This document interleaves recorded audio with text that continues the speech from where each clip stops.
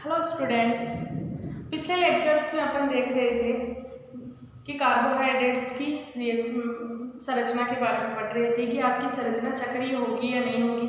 उसमें अपन ने देख लिया था कि चक्रीय संरचना होगी तो कैसी होगी। तो अपने पास दो प्रकार की संरचनाएं आई थी, एक तो आपने पायरेन आया था आपके और दूसरा था फ्यूरेन, यानी कि 6 मेंबर जो रिंग आई थी आपके इस तरीके से आई थी, उसे पायरेन कहा जाता है ना। पायरेन और एक आई थी आपकी 5 मेंबर रिंग को कहा जाता है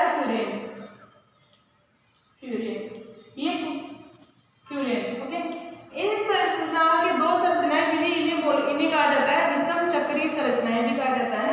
दोनों क्या कहा जाता है, हेटेरोसाइक्लिक कंपाउंड,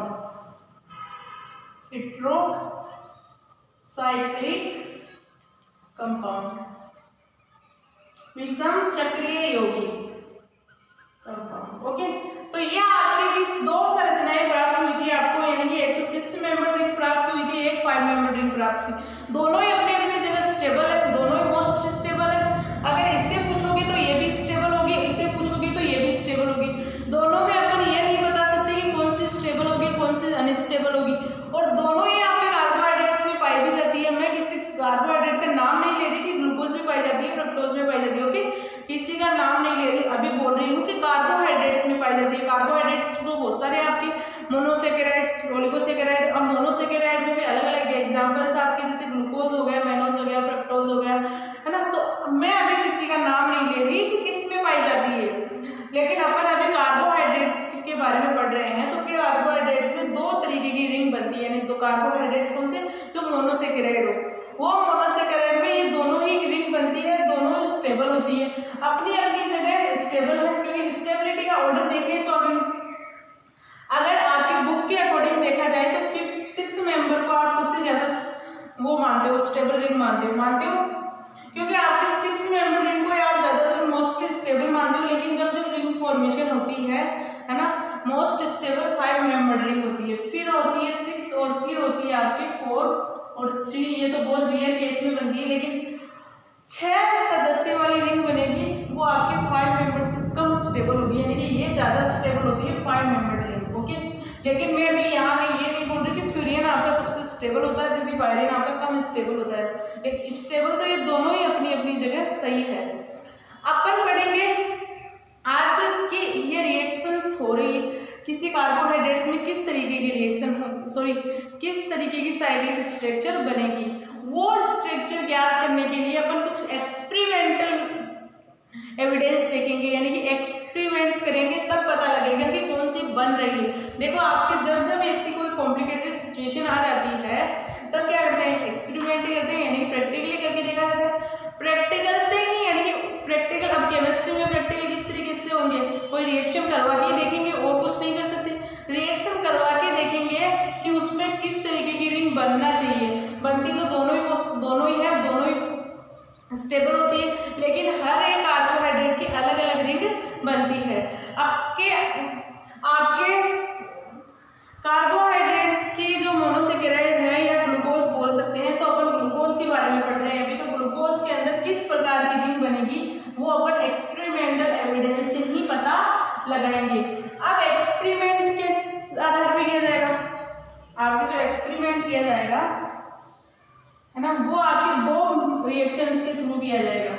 दो रिएक्शंस कौन कौन सी आपके, एक तो मेथिलीकरण है,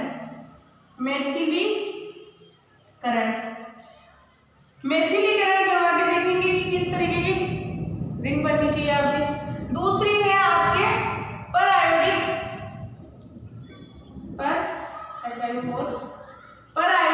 विदलन।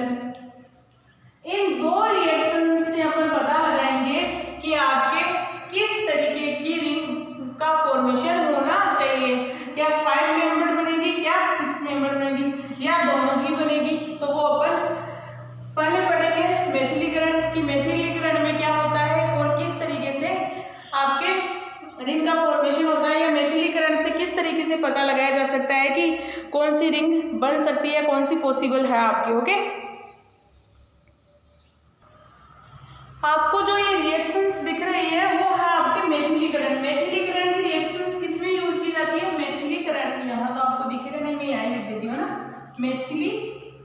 मेथिलीकरण से अपन पता लगाएंगे कि आपके कितने मेंबर की रिंग बनेगी या नहीं बनेगी। ओके, अपन यहाँ प्रूफ कर रहे हैं रिंग का। अब आप बोल रहे होंगे, दिख रहा होगा कि रिंग तो बनी नहीं है, कैसे है रिंग ये, है ना। तो मेथिलीकरण मैं बताती हूँ आपको।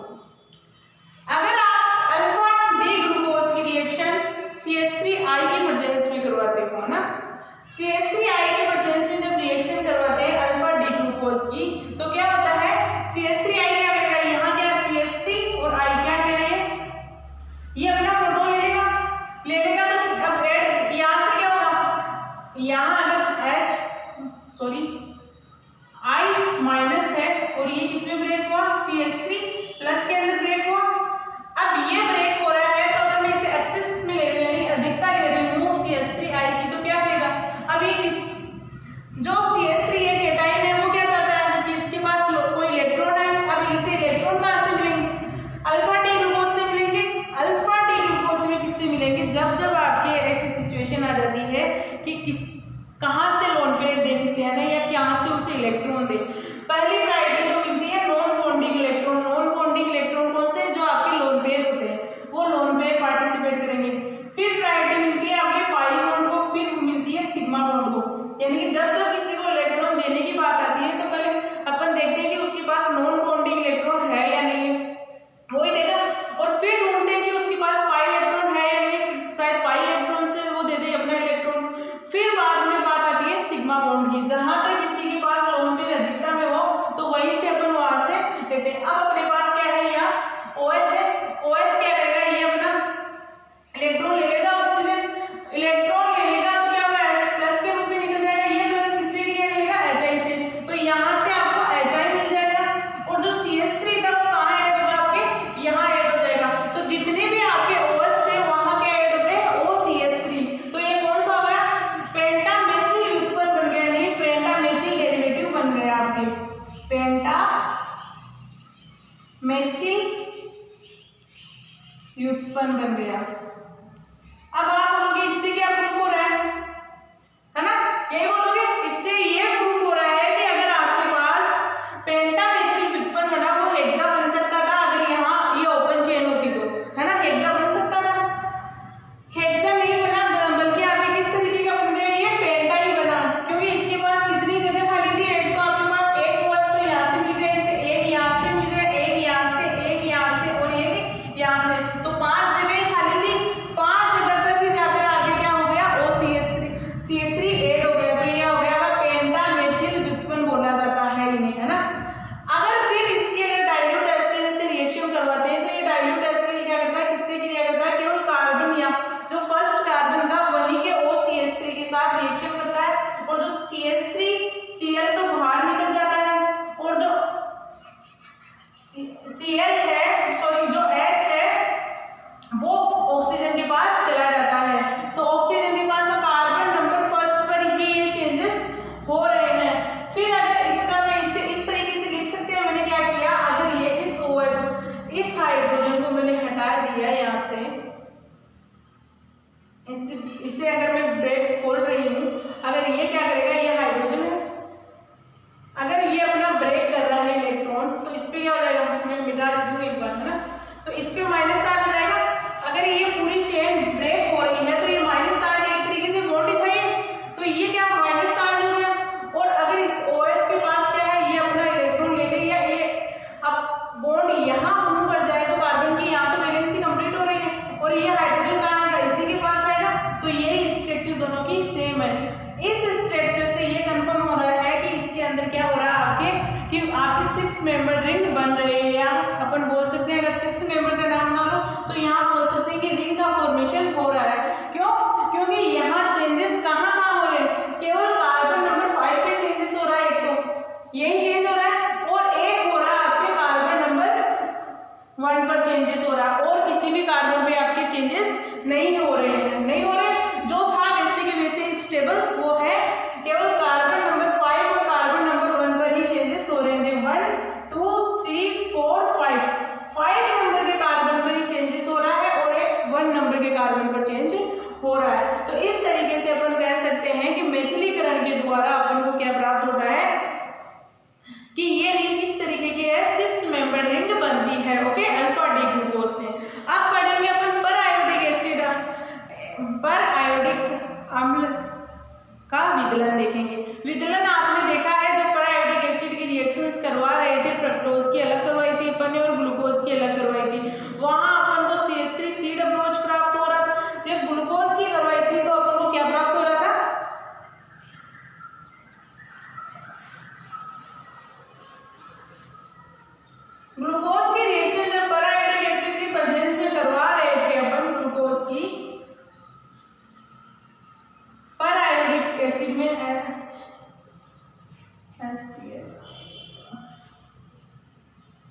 ClO4 सॉरी एक मिनट, ग्लूकोज की पर आयोडिक एसिड की प्रेजेंस में रिएक्शन करवा रहे थे तो अपन को CH3COOH का मॉलिक्यूल मिला था और एक मिला था आपको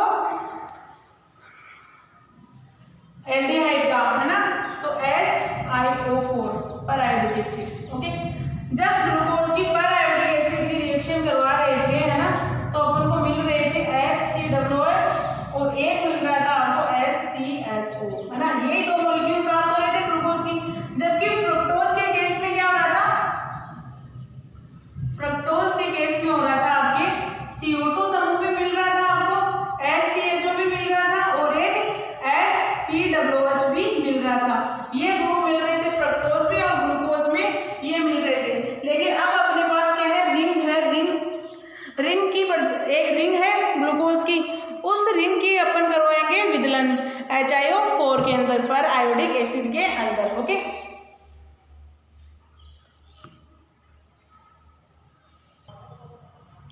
ये देखो आपके सामने लिखी हुई है पर आयोडिक एसिड की प्रेजेंस में विदलन, यानी कि अपन क्या कर रहे हैं, विदलन करवा रहे हैं। ओके, क्लीवेज विदलन कर रहे हैं पर आयोडिक एसिड की प्रेजेंस में। अपने पास ये क्या है, डी ग्लूकोज है, ये अल्फा हो सकता है या बीटा हो सकता है, कोई सा भी ले सकते हैं ना। तो अल्फा डी ग्लूकोज ले रहे हैं, तो अल्फा डी ग्लूकोज को पर आयोडिक एसिड की प्रेजेंस में अगर रिएक्शन करवाते हैं तो ये विदलन कहाँ से होगा, कार्बन नंबर 2 से, यहाँ से ब्रेक होगी ये रिंग और जो ये ग्रुप था आपके वो किसमें कन्वर्ट होगा, CHO के अंदर। इसी तरीके से अपन विदलन करवा रहे थे फ्रक्टोज और ग्लूकोज का भी, उससे वैसा ही यहाँ विदलन होगा। ओके, फिर नेक्स्ट स्टेप में करते हैं अपन HiO। देखो मैं यहाँ अगर कार्बन नंबर 1 2 3 4 5 6 नंबरिंग कर लूँ इनकी, तो क्या होगा, अभी यहाँ से आपको समझ में आ जाएगा ना, 1 2 3 4 5 6। तो यहाँ से कार्बन नंबर 1 और 2 से क्या हुआ, बॉन्ड ब्रेक हुआ, इनका क्या हुआ, ऑक्सीकरण। HiO4 क्या करवाता है, आपके ऑक्सीकरण करवाता है, ऑक्सीकरण करवाता है। ये ऑक्सीकरण करवा रहा है तो यहाँ से बॉन्ड ब्रेक होगा, बॉन्ड ब्रेक होने के बाद में, लेकिन आपकी ये चेन की तरह है, ये अभी जो आपके रिंग थी ऑक्सीजन और जो कार्बन के बीच में जो बॉन्ड है वो ब्रेक नहीं हुआ है, वो सेम है। तो आप अभी इसको कुछ भी नहीं किया है, अब फिर वापस से HiO4 की प्रेजेंस में करवाते हैं तो कार्बन नंबर 3 और 4 से ब्रेक होता है। जो आपका 3 कार्बन था वो आपके किसमें कन्वर्ट हो जाता है, SCOOH में। जब CHO एल्डिहाइड समूह है, इसका अगर अपन ऑक्सीकरण करवाते हैं तो किसमें कन्वर्ट होता है, ये SCOOH के अंदर कन्वर्ट होता है। तो ये हुआ आपके SCOOH में कन्वर्ट हो गया, तो कार्बन 3 है वो निकल गया बाहर। अब बचे कौन से कार्बन आपके पास, 1 2 4 5 और 6। जो आपका 4 नंबर का कार्बन था उसका भी क्या हो गया, ऑक्सीकरण हो गया। ऑक्सीकरण होकर वो अल्कोहल समूह किसमें कन्वर्ट हो जाता है, एल्डिहाइड के अंदर, एल्डिहाइड में कन्वर्ट हो गया। तो ये आपकी फिर भी अभी भी रिंग बनी हुई है, यानी कि एक दूसरे से जुड़ी हुई है संरचना। वापस से इसकी अगर रिएक्शन करवाते हैं, यानी कि इसका हाइड्रोनियम आयन की प्रेजेंस में, तो क्या होता है, इस कार्बन इन दोनों, ये दोनों कार्बन तो किसमें कन्वर्ट होते हैं, या मैं HiO4 लिख देती हूँ, HiO4 की प्रेजेंस में फिर से ऑक्सीडेशन करवाते हैं तो ये क्या होता है कि ये ग्रुप आपका किसमें कन्वर्ट हो जाता है, CHO के अंदर कन्वर्ट हो जाता है। जबकि ये ग्रुप क्या होता है, यहाँ से ब्रेक होगा और यहाँ क्या आ जाएगा, H ग्रुप जुड़ जाएगा और सेम ऐसा का ऐसा ही रह जाता है। तो ये आपके कहाँ, इससे आपको इससे कंफर्म हो रहा है कि आपके कितने मेंबर की रिंग थी जो आपकी किस तरीके से ब्रेक हुई है ना। तो इससे अपन याद कर सकते हैं कि आपकी जो ग्लूकोज की संरचना है वो आपकी किस तरीके की होती है, रिंग के रूप में होती है, यानी कि साइक्लिक संरचना होती है। तो ये दो मेथड है, दोनों बहुत इंपॉर्टेंट है, एग्जाम में भी पूछे जाते हैं इनसे क्वेश्चंस और है भी बहुत इजी, इनमें ज्यादा कोई नहीं है। देखो ये आपकी रिएक्शन सेम वैसी की वैसी हो रही है, जो ग्लूकोज और फ्रक्टोज की जब पर आयोडिक एसिड की प्रेजेंस में रिएक्शन करवा रहे थे सेम वैसी की वैसी ही हो रही है। ओके,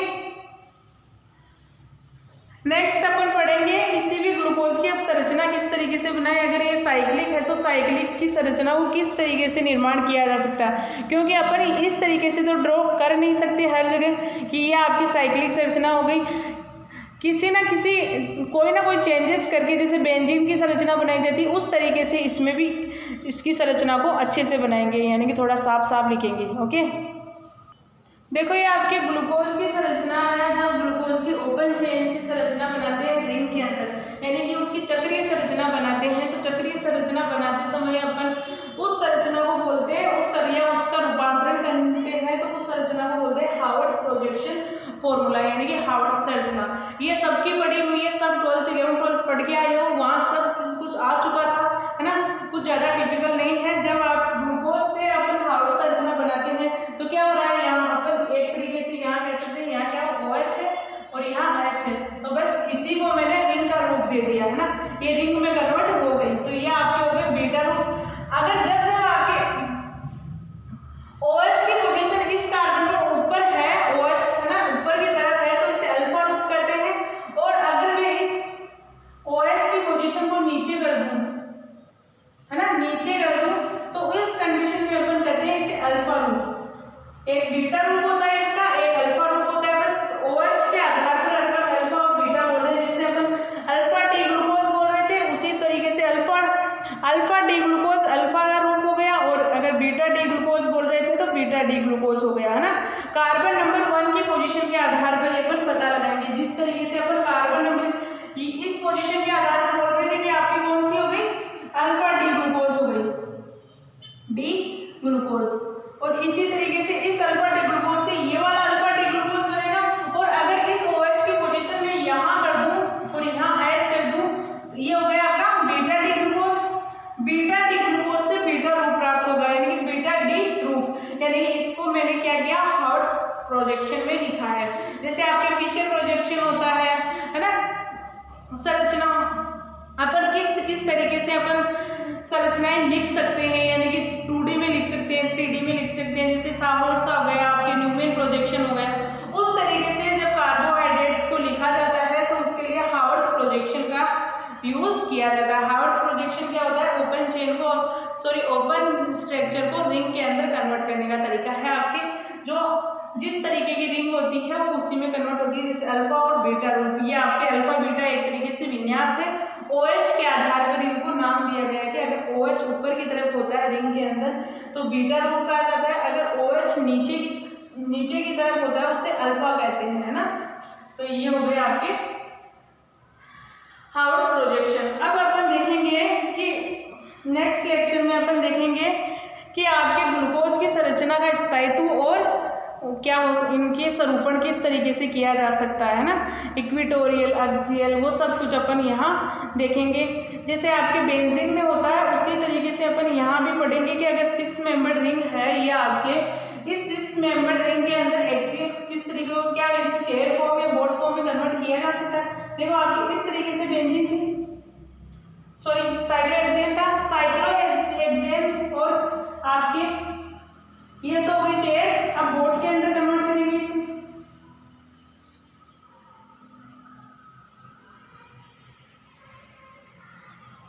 ये बोर्ड फॉर्म में हो गई। चेयर फॉर्म और बोर्ड फॉर्म में कन्वर्ट कर रहे थे क्योंकि 6 मेंबर रिंग थी। इसी प्रकार से इन्हें भी कन्वर्ट किया जा सकता है। और अगर अपने पास चेयर और बोर्ड फॉर्म में अपन बोल रहे थे एक्सियल और इक्वेटोरियल, सॉरी इक्वेटोरियल हो गया, ये एक्सियल ये हो गया। इस तरीके से अपन नाम ले रहे थे। आपके पास 6 बॉन्ड तो क्या थे, एक्सियल थे, अक्षीय थे, अक्षीय बोला जाता है एक्सियल, और विवर्त थे या विषमलाक्स या इक्वेटोरियल। 6 थे आपके इक्वेटोरियल बॉन्ड। इसी तरीके से इसमें अगर इन संरचनाओं को अपन विन्यास इनमें चेंज करेंगे, इनका विन्यास देखेंगे। विन्यास का मतलब जैसे अपन DL देख रहे थे, 3v3 देख रहे थे, अब अपन देखेंगे चेयर और बोर्ड फॉर्म। चेयर और बोर्ड फॉर्म भी आपके एक तरीके की विन्यास यानी कॉन्फ़िगरेशन में यानी समानता वाले चैप्टर में पढ़ते थे अपन, तो इनको भी तो कन्वर्ट किया जा सकता है। जब साइक्लोहेक्सेन को कन्वर्ट कर सकते हैं तो आप इससे भी कन्वर्ट कर सकते हैं। उसमें अपन देखेंगे कि एक्सियल बॉन्ड कौन सा होता है और इक्वेटोरियल बॉन्ड कौन सा होता है। ओके, तो ये हो गया आपका, इसका हार्वर्ड से संरचना कंप्लीट हो चुकी है। इसकी अपन देखेंगे इसको किस तरीके से विन्यास में चेंजेस किए जा सकते हैं। फिर बाद में अपन देखेंगे फ्रक्टोज, फिर बाद में आपकी इजी, ये ज़्यादा टिपिकल नहीं है, यानी कि लगभग चैप्टर खत्म होने वाला आपका। ओके। एक दो लेक्चर में आपका ये चैप्टर कंप्लीट हो जाएगा, तो फिर ज़्यादा टेंशन लेने की ज़रूरत नहीं है। ओके, तो अब नेक्स्ट लेक्चर में देखते हैं, ठीक है।